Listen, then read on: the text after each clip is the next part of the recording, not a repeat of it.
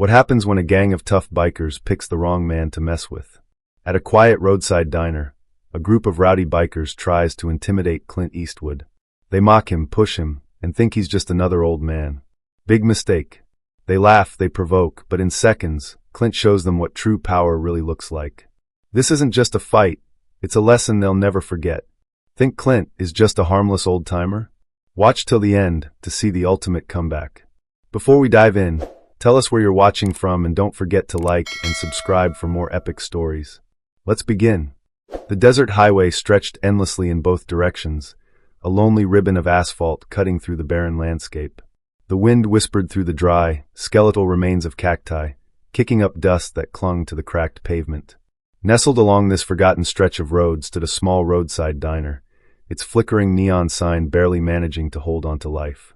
The place had seen better days, its paint faded and its windows smudged from years of desert winds.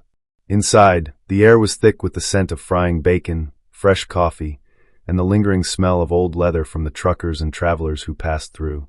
The place wasn't exactly lively, but it had a heartbeat, a steady rhythm of clinking silverware, low murmurs of conversation, and the gentle hum of a radio crackling out an old country tune from a dusty corner. Regulars sat in their booths, faces weathered by time and experience, engaged in quiet conversations over half-finished meals. The waitress, Betty, moved between tables with the practiced ease of someone who had spent a lifetime refilling coffee cups and listening to the same stories on repeat. Then the door creaked open. A gust of wind swept through the diner, rustling napkins and carrying with it the scent of asphalt and gasoline. The conversations faltered for just a second, eyes instinctively flicking toward the entrance. A man stood in the doorway, his frame tall and imposing, silhouetted against the dimming evening light. He wore a battered leather jacket, a pair of dusty boots that had seen their fair share of roads, and a wide-brimmed cowboy hat that cast a shadow over his face. Clint Eastwood. He didn't rush. His steps were slow, measured, each movement carrying the weight of someone who had nothing to prove, but had seen enough in life to know when trouble was brewing. His sharp, piercing gaze swept across the room, taking in everything, the faces, the body language, the air of unease that seemed to thicken with his arrival. He wasn't looking for trouble, but it had a way of finding men like him. In the far corner of the diner, a group of bikers had been dominating two booths, their laughter loud and crude, their presence unavoidable. The Iron Serpents, a notorious gang known for leaving their mark wherever they went. They wore their colors proudly, patches stitched onto worn leather vests, displaying insignias of skulls and serpents wrapped in flames. Beer bottles cluttered their tables, the remnants of a long evening of drinking and storytelling. At the center of the group sat Duke, their leader, a hulking brute of a man with a thick beard and a gaze that had broken weaker men. His hands, adorned with heavy silver rings, gripped a half-empty beer bottle as he slouched back against the booth. His deep-set eyes followed Clint as he walked past, his expression shifting from idle amusement to something more predatory. Well, what do we have here?" Duke's voice carried across the diner, dripping with mockery. "Looks like some lost cowboy just wandered into the wrong place." The rest of the bikers snickered. One of them, younger and more reckless, leaned forward with a grin. "Hey, old man, sure you're in the right spot. This ain't a retirement home." More laughter erupted from the group, their voices carrying through the quiet diner. But Clint didn't acknowledge them. He walked past them as if they didn't exist, his boots tapping steadily against the linoleum floor, until he reached an empty booth near the window. He slid into the seat, adjusted his jacket, and when the waitress approached, he simply said, "Black coffee." His voice was calm, gravelly, unbothered. The laughter at the biker table died down slightly. Something about the way Clint ignored them unsettled Duke.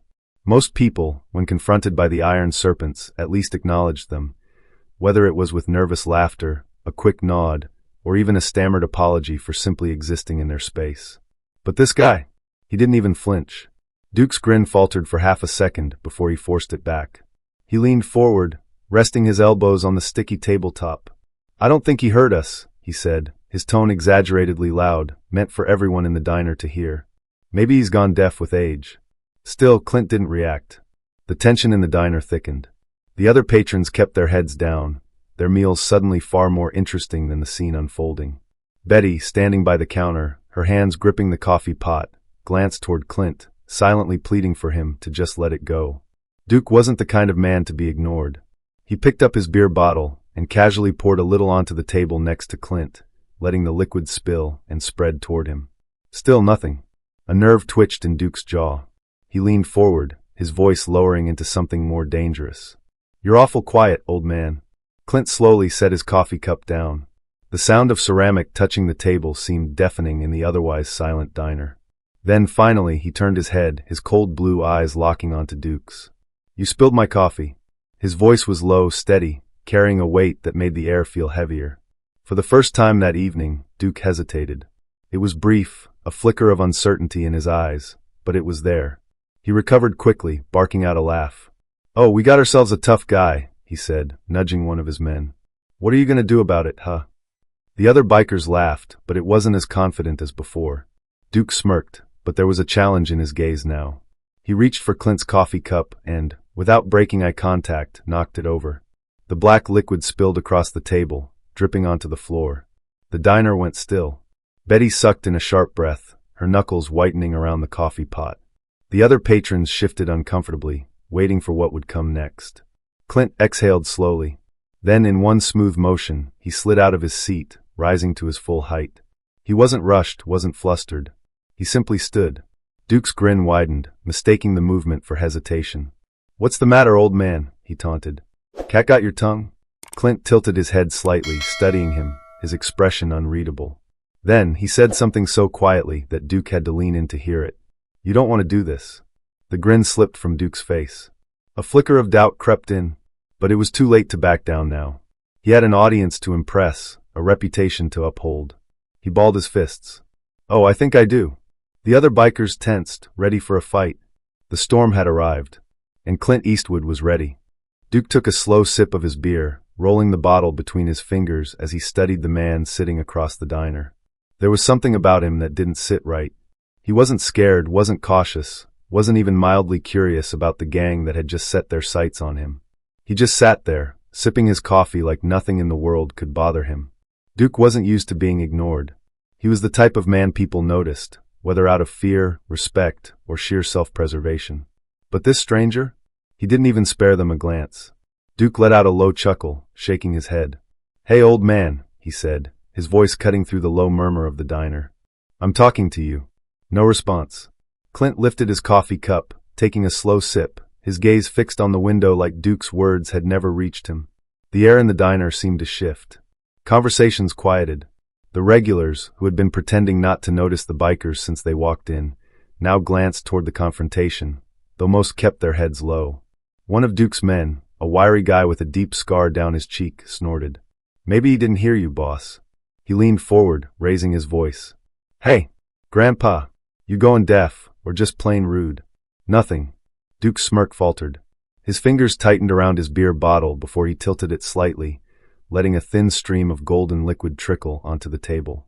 The beer crept across the surface, inching closer to Clint's resting hand. Still no reaction. The bikers exchanged glances, their amusement dimming into something else, uncertainty, confusion. It was one thing for a man to act tough, to puff out his chest and challenge them. They were used to that.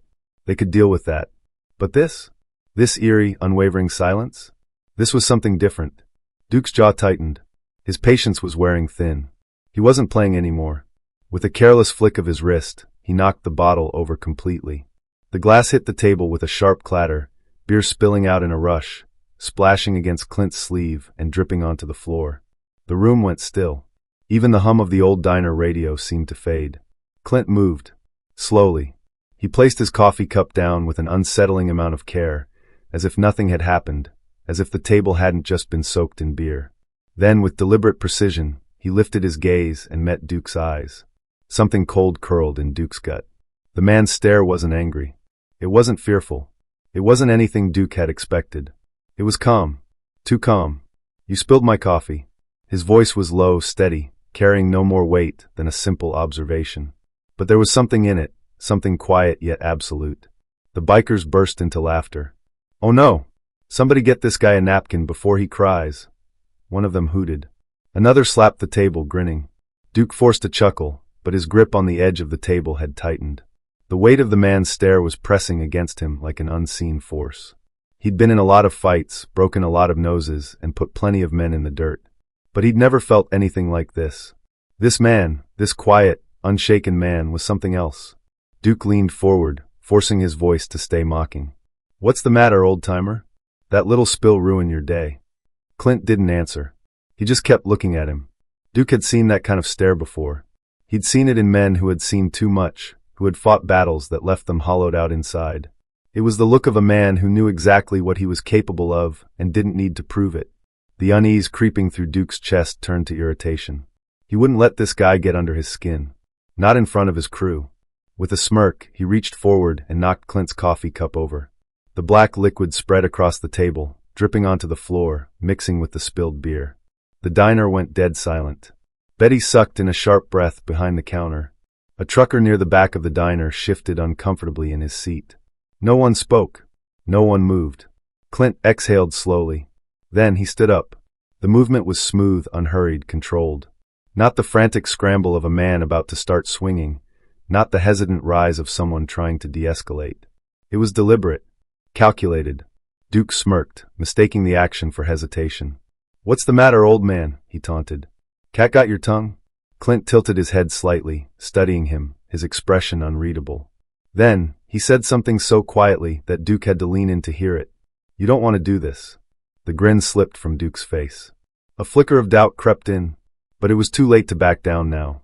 He had an audience to impress, a reputation to uphold. He balled his fists. "Oh, I think I do." The other bikers tensed, ready for a fight. The storm had arrived, and Clint Eastwood was ready. Duke leaned forward, a slow smirk curling on his lips as he felt control slipping back into his grasp. This old man might have been calm, but Duke knew how to break men like him. He'd done it before, countless times. Confidence, arrogance, silence, or fear, it didn't matter. He always found a way to shatter their composure. And tonight would be no different. He reached into his vest pocket and, with a practiced flick of his wrist, snapped open a switchblade. The steel glinted under the flickering diner lights, a quiet but unmistakable threat.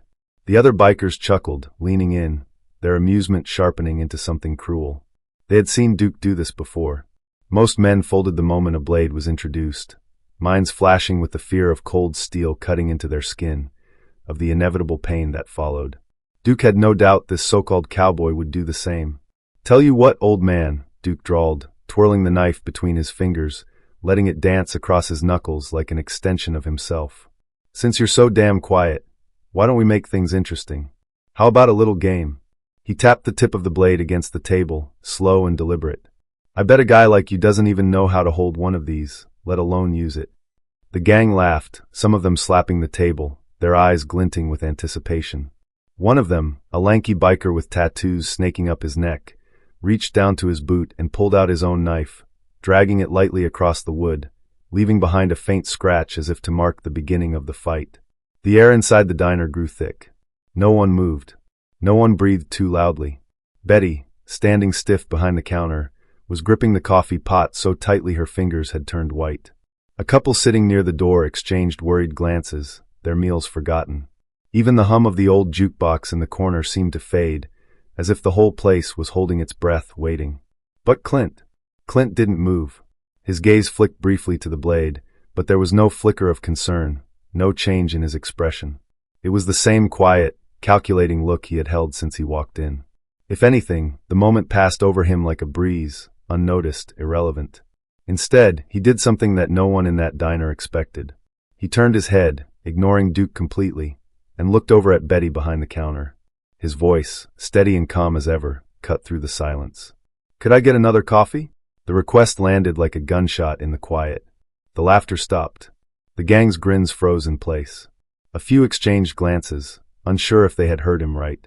Even Betty hesitated, her mouth opening slightly in surprise before she quickly nodded, as if afraid to break whatever spell had just fallen over the room. Duke's smirk disappeared. His fingers twitched around the knife handle as a slow, simmering heat built in his chest. That wasn't the reaction he wanted. He had expected fear, maybe hesitation, but this was something else. This was the kind of indifference that cut deeper than any blade, that mocked him without a single word, that told him, without question, that he wasn't a threat. He had never been dismissed like this before, and he hated it. His grip on the knife tightened, his knuckles going white. The gang was watching him now, waiting. If he let this go, If he allowed this old man to walk out of here untouched, his reputation would take a hit. He had built himself up as the man to fear, the one no one crossed. And now, sitting across from him, sipping coffee like none of this mattered, was someone who didn't care about that reputation. No, he wasn't going to let this stand. With a snarl, Duke moved. He lunged across the table, bringing his fist around in a brutal, rage-fueled swing aimed straight for Clint's face. It was the kind of punch designed to knock a man flat, to send him reeling before he even knew what hit him. But Clint was faster. Faster than Duke had expected. Faster than anyone had expected. Before Duke's fist could connect, Clint shifted. Not a flinch, not a scramble, a calculated, effortless move. He turned his body just enough for the punch to sail past his cheek, missing him by a breath. And before Duke could even process that he had swung at empty air, Clint's hand shot up like a viper striking its prey. He caught Duke's wrist midair. And then, he twisted. A sharp, precise movement, turning Duke's own momentum against him. Thud! Duke slammed into the table, his knife clattering onto the floor with a sharp metallic ring. His breath hitched as his arm was yanked behind him in a painful, unnatural angle, forcing him down against the wood. His face twisted in pain, a growl of frustration escaping through gritted teeth. The diner went completely silent. The gang, who had moments ago been grinning like wolves, froze. They had never seen Duke handled like that before. Not once. Not ever. Clint still hadn't broken a sweat. Hadn't even changed his breathing. Slowly, deliberately, he released Duke's wrist, letting him stumble backward, humiliated and furious. Duke's face was red, not just from the pain, but from the realization that he had just been outmaneuvered in front of his own men. But pride is a dangerous thing. Duke wasn't done. With a furious growl, he snatched a beer bottle from the table and swung it at Clint's head. Clint ducked, smooth, effortless. The bottle whistled through the air, missing by inches. Before Duke could react, Clint drove his elbow into Duke's ribs. Duke gasped, his body buckling from the force of the strike. His breath left him in a sharp, pained exhale. A second later, Clint pivoted and swept Duke's legs out from under him. Crash! Duke hit the floor hard, knocking over a chair on his way down. His chest heaved, struggling to pull air back into his lungs. He coughed, eyes wide, hands trembling slightly as he pushed himself up onto his elbows. But Clint didn't advance. Didn't press the attack. He simply stood there, unmoved, calm, watching, as if waiting, as if giving Duke a choice. And for the first time in Duke's life, as he looked up at the man who had just dismantled him like it was nothing, he realized he had already lost. Everything seemed to slow down. The moment Duke's fist came hurtling toward Clint's face, time itself stretched, the world narrowing to the space between the two men. But just before impact, Clint shifted, smooth, effortless, like he had all the time in the world. He barely moved, just tilted his head enough for the punch to miss by the width of a breath. Duke's knuckles sliced through empty air, his own force betraying him, dragging his weight forward. He had committed to the strike, put his full strength behind it, expecting resistance. But there was none. And in that moment of overextension, Clint acted. His hand shot up, fast as a whip, clamping down on Duke's wrist like a steel vise. The grip was unyielding, precise, practiced. Before Duke could react, before his brain could catch up to the fact that he had missed, Clint twisted. Not a frantic, desperate wrenching, but a controlled, lethal movement, one that turned Duke's own momentum against him. His body followed the direction of the force, the unnatural angle sending a sharp spike of pain through his shoulder, forcing him downward. Duke crashed into the table with a grunt of pain, his free hand slapping against the wood for support. His wrist was pinned, twisted just enough to render him helpless, but not enough to break. Not yet. A guttural sound of rage tore from his throat, but Clint didn't even flinch. He simply held him there, unmoving, his grip unshakable. The laughter and taunts from Duke's gang had vanished. The rest of the diner sat frozen in stunned silence, eyes wide, breath held.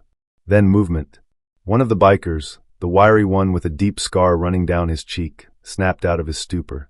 He reached for the knife at his belt, yanked it free, and lunged. He was fast, faster than most, but not fast enough. Clint released Duke in a single, fluid motion, shifting his weight just as the attacker closed in.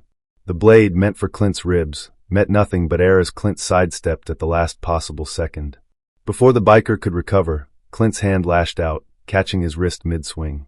A sharp, precise twist, and the knife clattered to the floor. The biker barely had time to register what had happened before Clint drove his knee into his gut. The impact lifted the man off his feet, his breath leaving him in a sharp, pained exhale. He stumbled backward, crashing into a chair, knocking it over as he crumpled to the floor, coughing and gasping for air. The chaos had begun. Two more bikers launched forward, one from the left, one from the right, hoping to overwhelm Clint with sheer numbers. One swung a wild punch aimed for Clint's jaw. Clint ducked, the fist whistling over his head. In the same motion, his leg shot out, sweeping the man's feet out from under him. The biker hit the ground hard, his skull bouncing off the linoleum with a dull thud. The other attacker tried to use the distraction to his advantage, coming in fast, arms raised, aiming for a tackle. Clint saw it coming before the man even made contact. He stepped sideways at the last second, using the biker's own momentum against him, twisting and delivering a brutal elbow strike to the jaw. The man's head snapped back, body following, his legs tangling as he stumbled straight into a table. The furniture groaned under the impact before collapsing in a mess of shattered plates and overturned cups. Duke, having recovered enough to pull himself upright, saw his men falling around him in mere seconds. Fury twisted his face. He grabbed a beer bottle from the table, fingers tightening around the neck of it, and lunged forward, swinging it in a wide arc at Clint's head. Clint moved again, effortlessly, as if he had rehearsed this exact moment 100 times before. He ducked, the bottle missing by inches, the momentum carrying Duke too far forward. Clint seized the opportunity. He drove his elbow hard into Duke's ribs, the force sending a shockwave through the bigger man's body. Duke gasped, his balance faltering. Before he could steady himself, Clint pivoted, his legs sweeping under Duke's, cutting them out from beneath him. Duke fell. Hard. The crash of his body against the floor sent a ripple through the room. A chair tipped over, rolling slightly before coming to a stop. Dishes rattled on nearby tables. For a long moment, there was no sound other than Duke's ragged breathing as he tried to get air back into his lungs. And then silence. Clint stood among the wreckage, his breath steady, his posture unchanged. For men lay sprawled around him, groaning, trying and failing to push themselves up. He had taken them apart with calculated ease, with the kind of efficiency that didn't come from bar fights or street scuffles, but from something far deeper. Something trained. The rest of the gang remained rooted in place, their confidence shattered. The easy arrogance they had carried minutes ago had evaporated, replaced by something else. Uncertainty. Fear. Duke coughed, rolling onto his side, one arm wrapped around his ribs. His fingers curled against the floor, but he didn't push himself up. He just stayed there, staring at Clint. Because he finally understood. He had never stood a chance. Duke's entire body trembled, though whether it was from pain, exhaustion, or the cold grip of realization he couldn't tell. He had spent years building himself into something unshakable, a man who could walk into any room and demand respect without saying a word. He had been the storm, the force of nature others feared. But tonight, he had met something far greater, something he had never prepared for. And now, as he lay on the cold, beer-stained floor of a roadside diner, surrounded by the groaning bodies of his fallen crew, he knew with absolute certainty he had lost. Everything had happened so fast, but the weight of it crushed him slowly, sinking deep into his chest like a boulder he couldn't move. He had watched his men fall one by one, watched the confidence drain from their faces as they realized they were up against something they couldn't fight, something that didn't bend or break. He had felt Clint Eastwood's strength firsthand, not just the physical power, but the calm, absolute certainty that had carried the man through every moment of their encounter. Duke had seen many fighters in his life, but never one who fought like this, without anger, without hesitation, without even a flicker of doubt. Clint had never once lost control. That was what terrified Duke the most. He forced himself to sit up, blinking through the pain as he looked around the room. The Iron Serpents, the men who had ridden into town laughing, cocky, untouchable, were now little more than a heap of battered bodies scattered across the diner. Some were still conscious, sitting against tables or holding onto chairs for support, while others lay groaning on the floor, unable to move. Not one of them had the strength to look up. Not one of them dared to speak. And Clint Eastwood? He was still standing. The man had barely changed. His breathing was steady, his stance relaxed. His jacket was still neatly draped over his frame, untouched, unshaken. If it weren't for the wreckage around him, it would have looked like nothing had happened at all. That was what made Duke feel sick. Clint hadn't just beaten them, he had ended them. And he had done it effortlessly. Duke's fingers curled into a fist against the floor, his knuckles white. He had spent his whole life building himself into someone no one could challenge, and now, in a matter of minutes, this man had unraveled everything. He looked up, and Clint was watching him. Not with pity, not with anger, just watching. Duke wanted to say something, to demand a rematch, to reclaim even a sliver of the respect he had just lost. But nothing came out. His throat felt dry, his voice caught somewhere in his chest, strangled by the weight of his own defeat.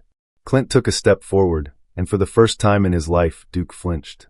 The realization sent another wave of humiliation crashing over him. He had never flinched before, not in a fight, not in a confrontation, not when someone had a knife inches from his face. And yet, here he was, flinching like a coward before a man who hadn't even raised his voice. Clint stopped in front of him, looking down with an expression so unreadable it made Duke's stomach twist. Then, in a voice as steady and unwavering as ever, Clint spoke. "You should know, threatening people doesn't make you strong." The words landed harder than any punch Duke had taken that night. They didn't feel like an insult. They felt like the truth, a truth he had spent years avoiding. He swallowed, his mouth dry, his pride screaming at him to fight back. But there was nothing left to fight with. The truth was a weapon far sharper than any blade Duke had ever carried, and it had just cut through him completely. Clint crouched down slightly, reaching for the coffee cup that had been knocked over in the fight. He lifted it carefully, turning it in his hand as if considering something. Then, after a moment, he looked back at Duke. "Next time, learn some manners." His tone was calm, matter-of-fact. There was no malice in it, no threat. Just a lesson. Duke watched as Clint set the cup back on the table. Then, without another word, the man reached into his jacket, pulled out a few bills, and placed them neatly beside the overturned sugar dispenser. He was paying for his coffee. It was such a simple gesture, yet it made Duke feel smaller than he had ever felt in his life. Because Clint hadn't just won. He hadn't just beaten them. He hadn't just taken away their power. He didn't even care. That was the worst part of it all. Duke and his gang had been humiliated in front of an entire diner, and Clint wasn't even thinking about them anymore. He was done. He had already moved on. Duke felt a lump form in his throat as he watched Clint turn and walk away. No dramatic exit. No need for a final threat. Just a slow, steady walk toward the door, boots tapping lightly against the floor. The door creaked open, the neon glow of the diner's sign spilling onto the pavement outside. The night air rushed in, cool and crisp, as Clint stepped out onto the highway, disappearing into the darkness. And just like that, he was gone. No one spoke. Betty, still clutching the coffee pot behind the counter, finally let out a shaky breath. The truckers, the regulars, even the bikers who were still conscious, they all just sat there, staring at the aftermath of something they could barely comprehend. Duke stayed where he was, his back against the wall, his breath shallow. His gaze drifted to the table where Clint had left the money. He didn't need to look at his crew to know the truth. They weren't the same men they had been when they walked in. They had entered that diner as kings of the road. Now they were nothing. And somewhere, out on that long stretch of highway, Clint Eastwood kept walking, leaving behind not just a defeated gang, not just a ruined reputation, but a lesson that no one in that diner would ever forget. If you enjoyed this story and want more action-packed content, don't forget to like and subscribe for more. Stay tuned for the next legendary tale.